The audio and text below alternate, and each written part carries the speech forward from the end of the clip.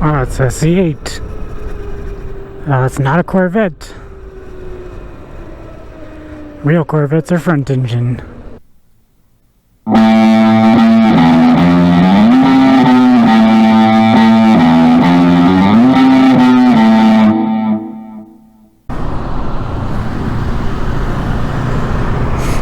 Alright, what's going on YouTube?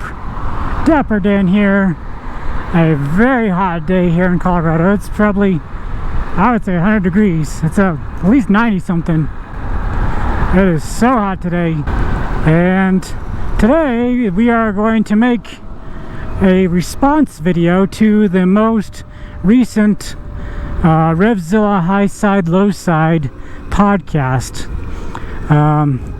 They were talking about electric motorcycles. I'll put the podcast, season 7. I can't remember what season and what episode they're on right now, but it's the one that just came out a couple days ago. I'll put it up here on the screen. So they were talking about electric motorcycles, and they think, I don't, for some reason they think the electric motorcycles are failing. I don't know about California, which is, well, they're in California and Pennsylvania.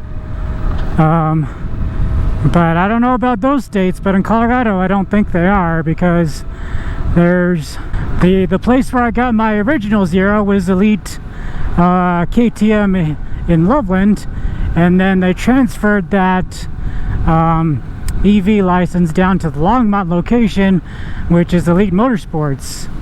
And sure, they had in-stock inventory, but they said it was selling pretty fast here. So Colorado, I think it's not the case that electric motorcycles are suffering. They are selling here. They got their demo models, obviously, that they always keep on hand. But I think the ones that, like, obviously I already ordered this one, and any other model that's for sale and not a demo model, that sells relatively quickly. Even so, even with Zero not having their tax credit anymore, that expired, so they don't have the tax credit anymore. But people are, even while I was there, the 2 times I was there, the Zeros that they had there on site that were demo bikes were out on a test ride, so people are definitely interested in them. And I don't think the electric, at least not here in Colorado, electric motorcycles are not suffering. They another point they came up with is they came up with like range anxiety. And every once in a while, yes, I mean, range anxiety is a thing, but obviously you know where you're going. Like me, this bike, I ride this bike all the time. Everywhere I go, you can see it's at 1,500 miles right now. So you obviously have to plan your ride. And this bike, Denver's an hour away from me. I could ride it to Denver, yes. Could I make it to Denver? Of course I could. But I would have to find somewhere in Denver to charge it up in order to make it back up here. But it would totally make it to Denver easily. Obviously, you get better city range on an electric vehicle, or like electric motorcycle especially, and you get worse highway mileage. So opposite of that is a gas engine gets worse city mileage and better highway mileage.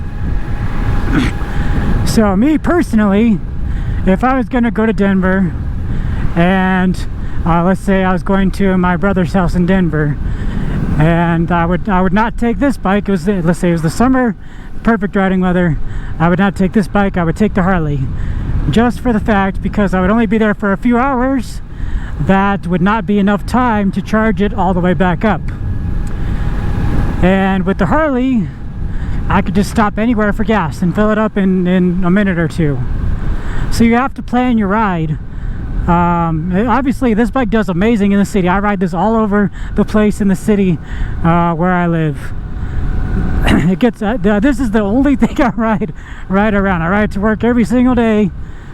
Now that it's warm out in the summertime, I ride it every single day, And anytime I have to go get errands, the only time I don't ride is if I have to go get groceries, then I'll drive my truck. So yeah, so that's range anxiety. Yes, it's a little bit there, but you just plan your ride. Know what you're going to be doing, how long you're going to be there, and that'll take into account what bike you ride, I guess. And one more thing they came up with is the battery technology. They think that the battery technology is not quite there yet for the bikes. And I know like someplace in Europe or some, I don't know what country it is, but they have a bike electric motorcycle where you basically rent the battery, and then you stop at a gas station, you take your battery out and swap it out for a fully charged one. That would be cool to have, but the infrastructure is just not here in America. America's way too big for that. They would have to do that at hundreds of thousands of gas stations.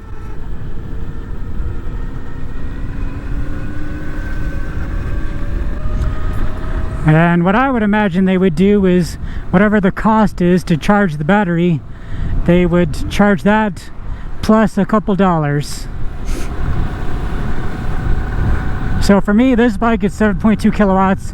It takes me like 62 cents to charge the battery, which is not bad at all. And then so that would be cool here in America, but that would take a lot of work to do. And plus Zero has different batteries than other motorcycles, so they would all have to be standardized on the same battery and one that can be swapped out. And then another point that they came up with is the price of an EV compared to something similar. So say this bike, brand new, $13,000. A similar supermoto, like I don't know, like the new KTM 400 or 450, whatever, I don't know. I don't really pay attention to or the Kawasaki 400 SM, something like that. Those are probably like $8,000 or $9,000. So you're saving $4,000 or $5,000 with going with a gas bike, but there's zero maintenance on this at all. There's no maintenance for an electric motorcycle at all. All I gotta do is change out the tires once in a while, and that's it pretty much. Brake pads eventually. I hardly ever even touch the brakes. Like this turn right here, I didn't even touch the brakes. I just use the engine braking to slow me down. And so cost, I kind of agree with them a little bit, but over time, I'm keeping this bike for a long time. Over time, I'll save money versus the oil change costs, gasoline costs. I can't do the math right off the top of my head, but I would imagine over the course of like 5 to 7 years is the cost would even itself out. And then I think that's all the main points that they came up with. Cost of the EV, the range anxiety, and battery technology. And for some reason they think it's not popular. And I don't know. I think, yeah, I would imagine it would be popular in California because California is all about that EV stuff. So there you guys go. That's my response to the video that Revzilla made. I don't think electric motorcycles are lagging behind. Obviously, not everybody rides an electric motorcycle, but I think if there was more available, they would get more sales because more people would be able to test ride it and more people would like them. This is my favorite bike out of the two that I have now. But there just needs to have more availability, and I think they would get to more sales. So like up northern Colorado here, there's that one dealership, and it's down in Longmont now. That's the only dealership that sells these Zeros. The KTM dealership sells the KTM electric bike, but that's a dirt bike version, and it is KTM, so it's more expensive than the Zero. So there you guys go. That is my response video to Revzilla's most recent Highside, Lowside podcast. I think they were right on a couple things, but they were wrong on a few other things. So maybe they'll see this and we'll see. I doubt it.